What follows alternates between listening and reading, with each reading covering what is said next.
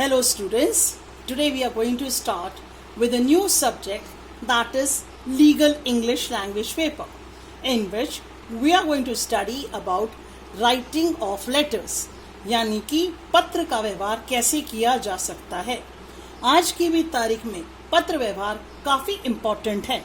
क्यों? क्योंकि किसी भी एडिटर को या कोई कंप्लेंट होती है तो आज भी व्हाट्सएप के बजाय लेटर ही सही तरह से साक्ष्य प्रस्तुत किया जा सकता है। इसलिए हर दिशा में लेटर लिखना अति आवश्यक है। यदि लेटर देखें तो वह दो प्रकार के हो सकते हैं, एक फॉर्मल और एक इनफॉर्मल।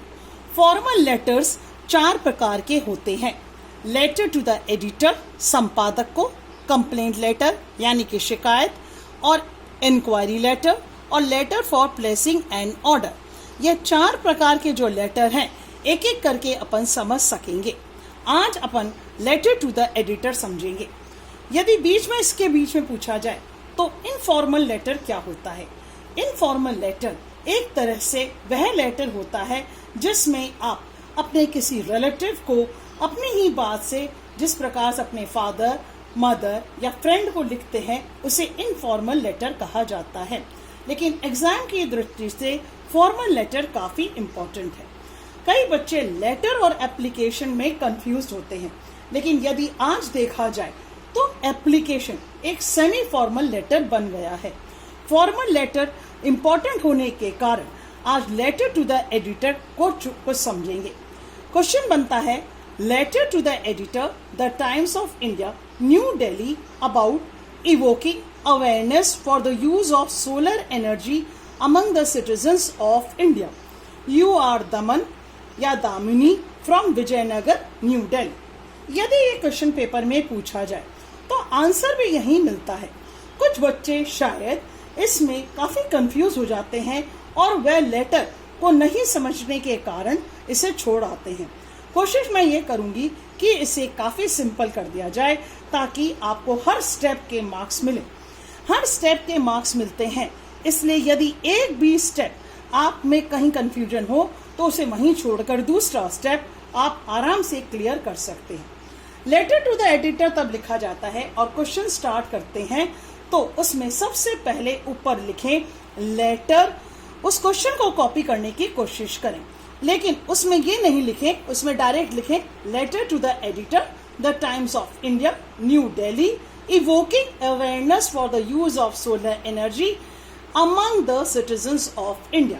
पीछे की लाइन लिखने की आवश्यकता नहीं है, क्योंकि वहां आपसे ये कहा जा रहा है कि यदि आप दमन है या दामिनी है जो कि विजयनगर में रहती है और न्यू दिल्ली में, तो यदि आप ही लिख रहे हैं इसको तो ये शायद क्वेश्चन का आंसर सही नहीं बनेगा।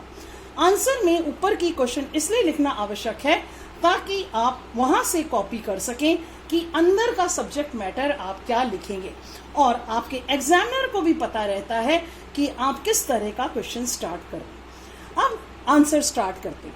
जब आपने ये क्वेश्चन कॉपी कर लिया, उसके बाद आप एक ब्लैंक लाइन छोड़ दें। लाइन इसलिए छोड़नी आवश्यक है क्योंकि लाइन के बाद आपको यहाँ पर एड्रेस लिखना है। सेंडर्स एड्रेस, सेंडर यानी कि जो कि भेज रहा है लेटर, उसे सेंडर एड्रेस कहते हैं। फॉर एग्जाम्पल मैंने यहाँ लिखा B1/139 विजयनगर खुरेजी, न्यू दिल्ली 11/00/51। मैं इसलिए ऐसा कह रही हूँ क्योंकि लेटर का जो सेंडर एड्रेस है वह पूरा होना चाहिए, लेकिन उसमें गलियों के नाम या चौक या गली के अंदर की चीजें लिखनी आवश्यक नहीं है। सेंडर एड्रेस यदि 3 लाइन का होता है तो यह शायद खाना पूर्ति पूरी कर लेगा। यहाँ पर नाम लिखने की आवश्यकता नहीं है। मैं उस बात की बात कर रही हूँ कि सेंडर का नाम नहीं लिखना चाहिए। सेंडर का नाम क्योंकि अपन नीचे लिखना चाहिए। न्यू दिल्ली के बाद आप एक और ब्लैंक लाइन छोड़ें। ब्लैंक लाइन इसलिए छोड़ी जाती है ताकि लेटर की एक सब्जेक्ट मैटर के तरीके से फॉर्मेटिंग ढंग से होती है। उसके बाद डेट लिखना आवश्यक है। डेट अपने कायदे से आप लिख सकते हैं। इंग्लिश का लेटर है तो शायद इंग्लिश में ही लिखना आवश्यक सही रहेगा। 2 मई 2020 यानी कि आज की तारीख, जिस दिन आप एग्जाम दे रहे हैं उस दिन की दिनांक होनी चाहिए। फिर एक और लाइन छोड़ने के बाद यहाँ आप देखें कि लेटर में रिसीवर यानी कि किसको आप इसको अंकित कर रहे हैं, किसे आप इसे भेज रहे हैं, किसको भेज रहे हैं, एडिटर। आपको पूरा रिसीवर का एड्रेस यहीं मिलने वाला है, the editor, the Times of India, New Delhi. यहाँ पे कॉमा लगाने की आवश्यकता नहीं है, ये नया सिस्टम स्टार्ट हो गया है, the editor, the Times of India, New Delhi, यानी कि रिसीवर्स नेम एंड एड्रेस। इसके बाद सब्जेक्ट। कई बच्चे यहाँ पे कंफ्यूज हो जाते हैं कि उन्हें शायद कहीं ऐसा लगता है कि उनकी इंग्लिश ठीक नहीं है, तो ऐसा कुछ नहीं है, ये ट्रिक्स होती हैं। यदि आप ट्रिक्स अपनाएं तो शायद कहीं आपका क्वेश्चन ठीक भी हो सकता है और आपको नंबर सही भी मिल सकते हैं। यही आपका सब्जेक्ट मिल रहा है, ये लिख रहा है अबाउट। ये अबाउट लिखने की आवश्यकता नहीं है। Evoking awareness for the use of solar energy among the citizens of India. तो अपन केवल यहाँ तक सोलर एनर्जी तक लिख सकते हैं, यानी कि सोलर एनर्जी के कि कैसा यूज किया जाए उसके बारे में अवेयरनेस। किनको? सिटीजन्स ऑफ इंडिया को, उनके बारे में। यहाँ ये जो सब्जेक्ट होता है ये 4-5 शब्द का होना चाहिए, अधिकतम 1 लाइन का। इसके बाद एक और लाइन छोड़कर डियर सर लिखेंगे। एडिटर को डियर सर लिखना चाहिए और यह आपका सैल्यूटेशन कहलाता है। यहाँ रेस्पेक्टेड सर भी आप कर सकते हैं, लेकिन डियर सर ज्यादा है क्योंकि एक एडिटर है। रेस्पेक्टेड सर यदि आप किसी प्रिंसिपल को एप्लीकेशन लिखते हैं या कुछ लिखते हैं, तब आपको सैल्यूटेशन में रेस्पेक्टेड लिखना चाहिए। छोटी सी बात, शायद 1 या 2 पैराग्राफ इस डियर सर के बाद होने चाहिए और आपका लेटर यहीं आपको पूरे मार्क्स मिल सकते हैं। पहले कभी शुरू में अपन लिखते थे विद ड्यू रेस्पेक्ट। अगर आपको ये याद रहे तो वेल एंड गुड, नहीं तो आप डायरेक्ट लिख सकते हैं I wish to make the people aware of the growing need for use of solar power and its necessity. आप किससे चाह रहे हैं, आप क्या चाह रहे हैं? एक एडिटर को, एक न्यूज़पेपर का जो एडिटर है, संपादक है, उसके सामने आप एक फैक्ट, एक तथ्य लाना चाह रहे हैं कि जो भारतीय नागरिक हैं उनको ये पता चले कि सोलर पावर की कितनी आवश्यकता हो रही है। तो एक छोटा सा सेंटेंस आप लिख सकते हैं, I wish to make the people aware of the growing need for use of solar power and its necessity.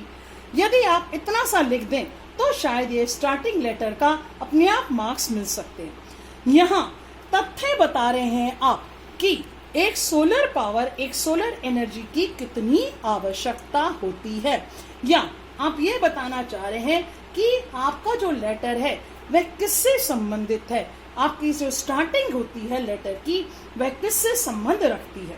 यदि सोलर पावर की आवश्यकता है तो आप उसे अपनी तरफ से लेटर में यह भी बता सकते हैं कि आप लेटर के द्वारा क्या चाह रहे हैं, कि अपनी तरफ से यह बताना चाह सकते हैं we should switch over to use of solar energy like solar cookers, panels etcetera. यानी कि जनरल पब्लिक को यह अवेयरनेस अपनी तरफ से करवाना चाह रहे हैं एक न्यूज़पेपर के माध्यम से कि यदि आप सोलर एनर्जी में स्विच ओवर होंगे तो किस माध्यम से, सोलर कुकर के तरीके से या पैनल्स के द्वारा। और इसमें एक और लाइन आप जोड़ सकते हैं कि इसके कारण पोल्यूशन का जो लेवल है वह डिक्रीज हो सकता है। यह आप अपनी तरफ से 2 लाइन और लिख सकते हैं, we should switch over to use of solar energy like solar cookers, panels by which the pollution level may decrease. This is very important. यही एक पैराग्राफ जिसमें 2 लाइन काफी इंपॉर्टेंट है। इन 2 लाइन के बाद तीसरी लाइन, जो दूसरा पैराग्राफ होगा, फर्स्ट पैराग्राफ में 2 लाइन, दूसरे पैराग्राफ में मात्र 1 लाइन, जो शायद हर एडिटर को, यदि आप, यहाँ मैं आपको बता रही हूँ, यदि आप लिख देंगे, हर एडिटर को जब भी कोई क्वेश्चन आएगा किसी भी प्रकार से आए, इसको शायद आप ट्रिक समझ लें। It would be good if you would publish the above in the column of your newspaper and the general public would able to see it and adopt measures. यानी कि आप संपादक को यह कहना चाह रहे हैं कि यह ये अच्छा रहेगा यदि आप इस लेटर को अपने न्यूज़पेपर के माध्यम से कॉलम में छाप दें, और यदि आप छाप देंगे और उचित माध्यम के अनुसार अडॉप्ट मेजर्स, यानी कि आप सिटीजन्स ऑफ इंडिया को ये कहना चाह रहे हैं कि अलग अलग माध्यम, अलग अलग मेजर्स अडॉप्ट करने के बाद सोलर एनर्जी को यूज करने से पोल्यूशन भी कम हो जाएगा, और जो अलग अलग माध्यम है यानी कि बिजली है और अन्य माध्यम है, इन पर भी रोक लग सकती है। यदि ऐसा हुआ, इसके बाद डायरेक्ट आप थैंक्स एंड रिगार्ड्स, आप इसलिए थैंक्स एंड रिगार्ड्स करते हैं, विद ड्यू थैंक्स की लिखने की आवश्यकता नहीं है क्योंकि आप एडिटर को लिख रहे हैं। तो लास्ट में आप लिख दीजिए, लेफ्ट ओरिएंटेड चल रहा है ये, इसलिए तो आप डायरेक्ट लिख सकते हैं थैंक्स एंड रिगार्ड्स, एंड में आप कर सकते हैं योर्स सिंसियरली। जैसे ही आप योर्स सिंसियरली लिखेंगे उसके बाद आप अपना नाम लिख सकते हैं, और नाम लिखने के बाद आपको एड्रेस लिखने की इसमें आवश्यकता नहीं है कि पूर्व में आपने सेंडर एड्रेस ऑलरेडी लिख रखा है। योर्स सिंसियरली में पूर्व में योर के बाद कई बच्चों की आदत है एपोस्ट्रोफी एस लिखने की, इसलिए यह नहीं लिखना चाहिए, ओनली योर्स सिंसियरली। ओबीडियंटली अपन नहीं लिखते हैं क्योंकि कई बार जो 12वीं के बच्चे हैं या first year, second year, third year के बच्चे हैं, LLB में आकर ओबीडियंटली एडिटर को नहीं लिखा जाता है। सिंसियरली सबसे उपयुक्त शब्द है।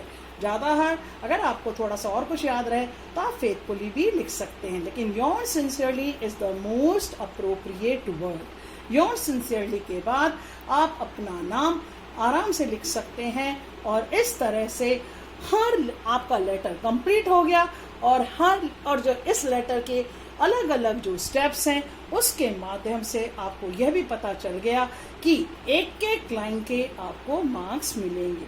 लेटर को देखकर घबराने की कहीं आवश्यकता नहीं है। अगर एडिटर को लेटर लिखा जाता है तो मात्र उसी क्वेश्चन के अंदर से आप आंसर लिख सकते हैं। यहाँ क्वेश्चन में आया है यू आर दमन और दामिनी फ्रॉम विजयनगर न्यू दिल्ली, इसलिए आपको एड्रेस विजयनगर न्यू दिल्ली लिखना है, और योर सिंसियरली में यदि लड़की है तो दामिनी लिखना है और लड़का है तो दामन लिखना है, क्योंकि क्वेश्चन के अंदर लिखा गया है। यदि इस क्वेश्चन में नाम कहीं नहीं लिखा है, यानी कि सेंडर्स का नाम नहीं लिखा है, सेंडर यानी कि जो लिख रहा है लेटर, तो आवश्यकता नहीं है, आप अपना स्वयं का नाम लिख देंगे। आशा है आपको शायद ये लेटर समझ में आ जाएगा, और इस लेटर का तरीके से और एक और बार मैं इसकी आपको इसका आपको फोटो भेज देंगे और स्कैन करके आप इसे देख लेंगे। Thank you.